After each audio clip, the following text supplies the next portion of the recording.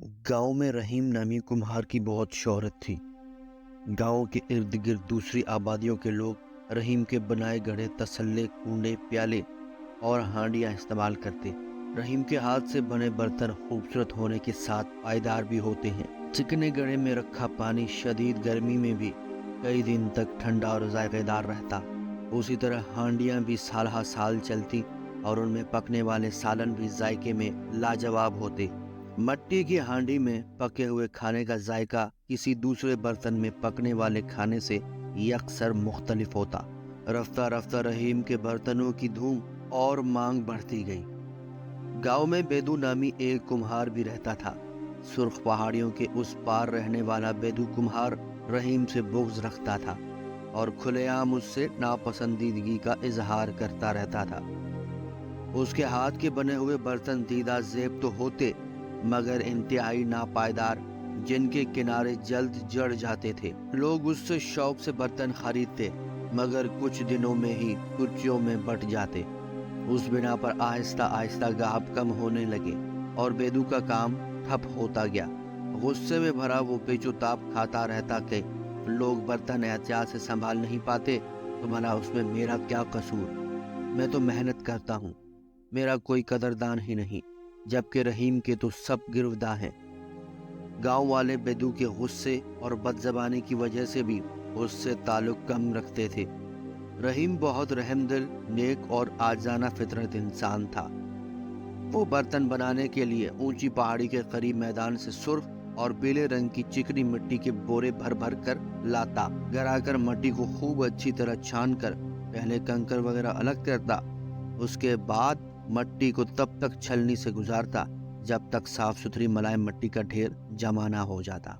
जब से बेदू को पता चला था कि रहीम के बर्तन अब करीबी शहर में भी पहुंचने लगे हैं तो वो रहीम की बढ़ती हुई शोहरत से बहुत परेशान रहने लगा था। इसलिए काम से बेदू का दिल उचाट होता गया और थोड़ा बहुत जो काम करता बेदिली से करता। मैं भी तो वहीं से मिट्टी लेकर आता हूँ जहाँ से रहीम लेकर आता है। खूब गोंद कर उसी तरह घूमते पहिए पर रखकर मिट्टी को बर्तनों की शक्ल देता हूँ, खूबसूरत नक्शो निगार बनाता हूँ। मगर मेरे बनाए बर्तनों में वो बात क्यों नहीं जो रहीम के बनाए बर्तनों में है। ये सोच सोच कर वो कुढ़ता रहता।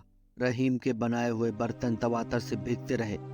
इतना मशहूर होने के बावजूद रहीम ने अपने बर्तनों की न कीमतें बढ़ाई न ज्यादा काम से कभी जी चुराया।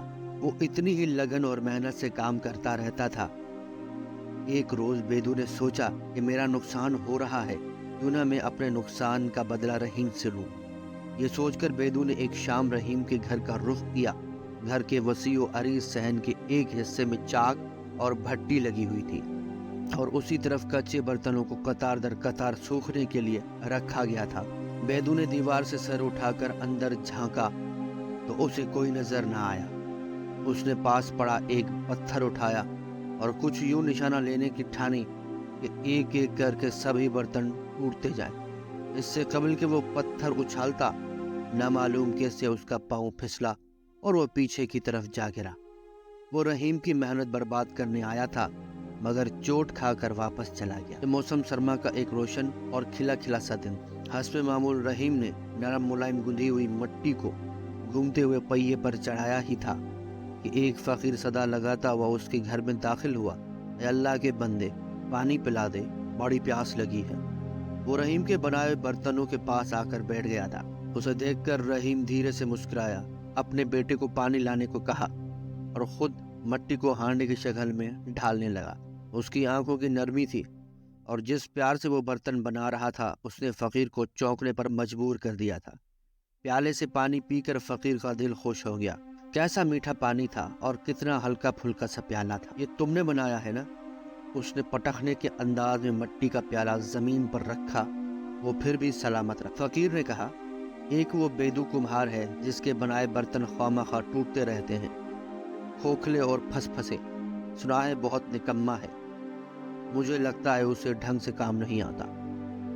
रहीम ने मुस्कुराते हुए जवाब दिया, "नहीं, किसी के बारे में ऐसा नहीं कहते, वो भी अच्छा काम करता है।" और फिर से चाक की तरफ मुतवज्जा हो गया। ये देखकर फकीर बहुत हैरान हुआ कि उसने बेदू की बुराई सुनकर भी बुराई नहीं की थी।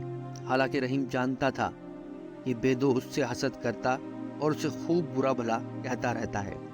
ضرور تمہارے پاس کوئی جادوئی منتر ہے، اسی وجہ سے تمہارے برتن نہ جلدی ٹوٹتے ہیں نہ ان کی تاثیر خراب ہوتی ہے۔ زیر لب بڑبڑاتے ہوئے فقیر اپنی جگہ سے اٹھا تو رحیم نے اسے غور سے دیکھتے ہوئے کہا، جو چیز خلوص دل سے بنا کر احترام سے پیش کی جائے گی اس میں برکت ہوتی ہے۔ یہ سن کر فقیر ٹھٹک گیا۔ کیسی گہری بات اس نے بہت سادگی سے کہہ دی۔ مرے مرے قدم اٹھاتا وہ جہاں سے آیا ادھر کو لوٹ گیا۔ رحیم کے برتنوں کی مانگ تو بڑھ رہی تھی، مگر اب لوگ بیدو اور اس کے بنائے برتنوں میں آنے والی تبدیلی کو دیکھ کر بھی حیران تھے۔ بیدو نے لوگوں سے خواہ لڑنا جھگڑنا چھوڑ دیا تھا۔ کام میں اس کی توجہ اور خلوص قابل رشک حد تک بڑھ چکا تھا۔ وہی لوگ جو اس کی بد زبانی سے تنگ تھے اب اس کے چہرے پر نظر آنے والی نرمی اور مسکراہٹ دیکھ کر چونک اٹھتے۔ لوگوں کے دل بیدو کی طرف سے صاف ہوتے گئے اور دھیرے دھیرے سب اس کے ہاتھ کے بنے خوبصورت نقش و نگار سے سجے برتن خریدنے لگے۔